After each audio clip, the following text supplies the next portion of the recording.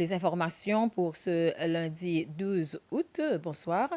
L'Assemblée des jeunes a approuvé une motion demandant au gouvernement et d'autres secteurs ayant un lien avec les technologies de redoubler d'efforts pour l'intégration digitale dans plusieurs domaines comme la santé, l'éducation, l'agriculture et la conservation de l'environnement. Cette session extraordinaire se déroulait à l'Assemblée nationale à l'île du Port ce matin. La motion a été présentée par la jeune députée venant de Independence School, Trina Lama. Cette session s'inscrit dans le cadre de la 25e édition du Festival de la jeunesse lancé vendredi dernier.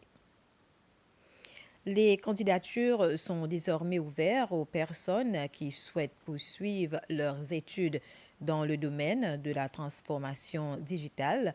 Lors d'une conférence de presse, le secrétaire principal du département du développement du secteur de l'éducation, John Espérance, a déclaré qu'au total, le gouvernement offre 5 bourses d'études par an, dont 3 pour des étudiants de premier cycle et 2 pour des étudiants de troisième cycle.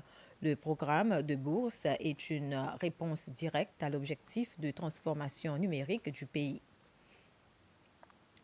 Le Conseil des ministres a approuvé la présentation du projet de loi sur les mesures correctives commerciales qui sera présenté à l'Assemblée nationale.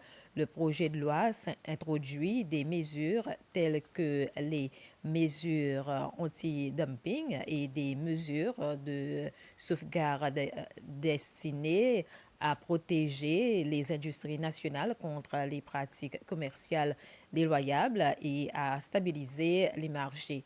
Le vice-président Ahmed Affif a déclaré que le projet de loi vise à promouvoir une concurrence loyale à la garantie de respect des pratiques commerciales mondiales.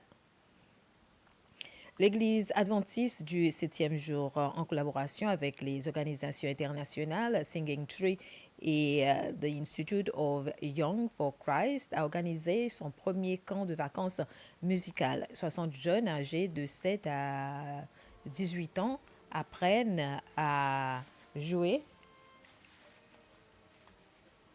des différents instruments de musique.